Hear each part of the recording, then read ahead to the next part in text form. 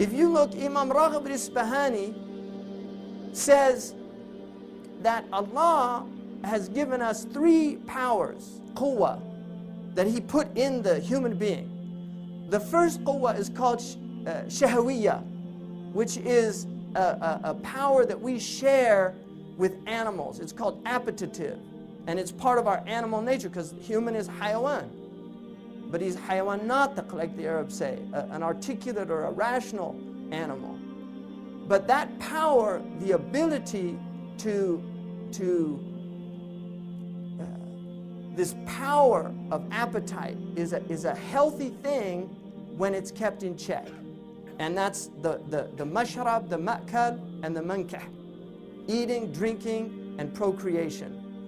That's the shahwa that human beings have been given. And then you have the quwwa al-ghadabiyya, which is called the irascible power or faculty that God has put into man. And this relates to the emotions.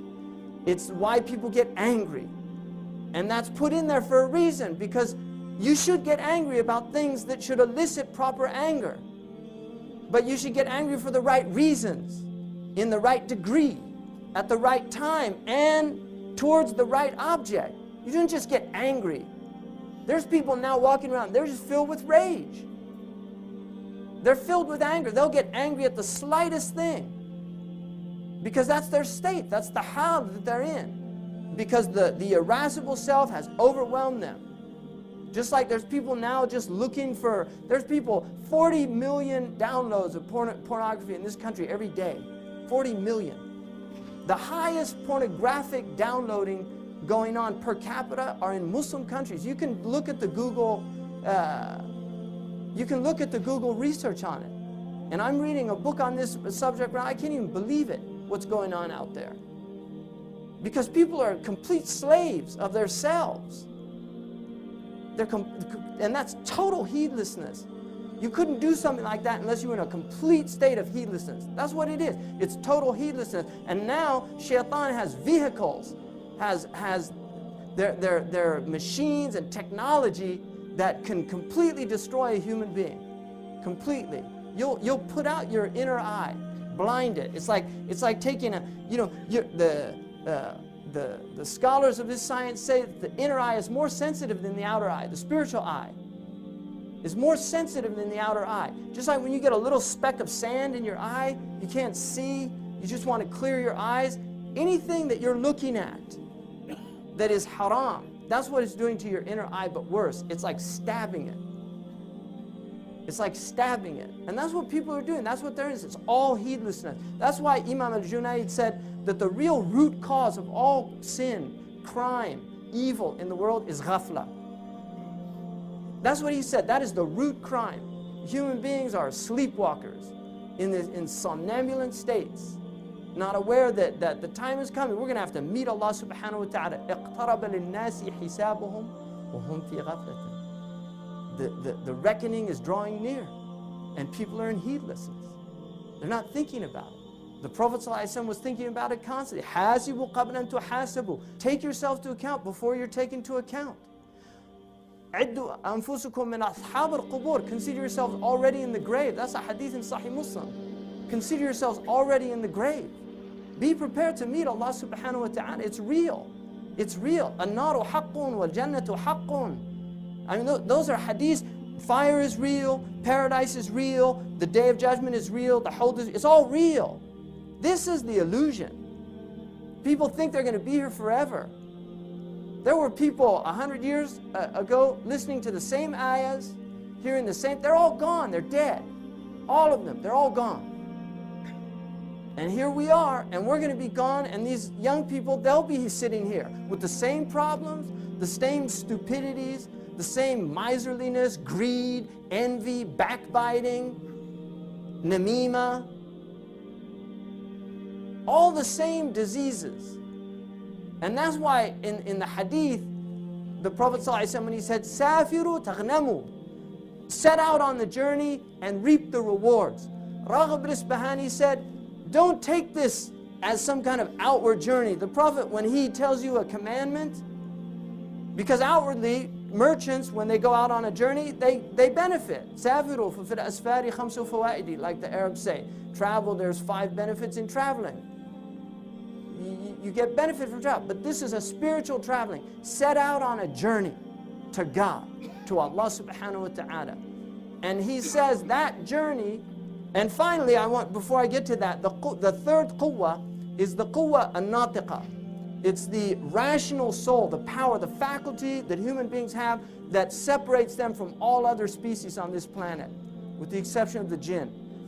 That faculty is the ability to reason. It's the ability to think. And if that faculty is meant to be in control of the other 2 faculties. But what's happened is, qalb al-haqa'iq, it's switched over. The horse is riding the man. The donkey is riding you. That's what's happening. It's switched, it's completely backward. You can tell people that it takes, your basal metabolic rate is like 1,600, it'll burn 1,600 calories a day, right? So you just need that just to survive. I mean, you'll burn fat or something like that for a certain amount of time, and then the body starts eating itself, then you die. That's what you need. And then, based on your movement, you need something on top of that, 500, 1,000, depending on what people do. Laborers need more. People that use their intellect need more because there's glucose. You have to have caloric intake for thinking. So, but there's people out there eating 4,000 calories a day. Every time they get on the scale, they see it going up. They get diabetes. And then they pray, for a shifa. Allahumma shfini. People eat all that ghee and dalda and this, that, and the other. And then they have a triple bypass. Alhamdulillah. No, seriously, if you're sick, people get sick, genes, there's a lot of reasons people get sick. But most people make themselves sick. And then they ask God God gave you a body. It has legs with muscles. You have a stomach that's meant to digest. It's all it's all wisdom. But you can understand all of that rationally. Do people exercise? No. The doctor tells them to exercise, they don't exercise. Do people overeat? When the ice cream comes, do they eat it? Yes. Even with diabetes, I've seen people shoot up insulin before they have their dessert. I'm not making that up. Why? Because they can't control themselves. It's as simple as that. People aren't well. But you're human beings. I mean, this is Bani Adam. We're not insignificant creatures. We're meant to be people of discipline. I mean, that's why Allah's given us this religion, 5 prayers a day in specific times. The Prophet ﷺ once saw a man who had a heavy stomach, and he said that would be better if it was on somebody else.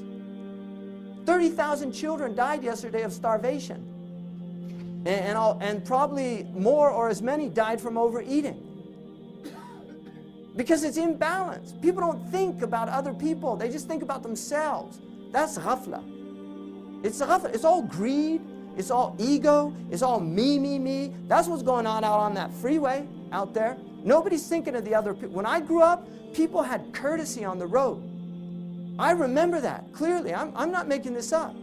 People had courtesy on the road. People would actually stop and let you get in. Now they speed up and then flip you off. Seriously, because this is a complete me culture. That's what's happening. It's the whole planet. We got 6 billion people. Me, me, me.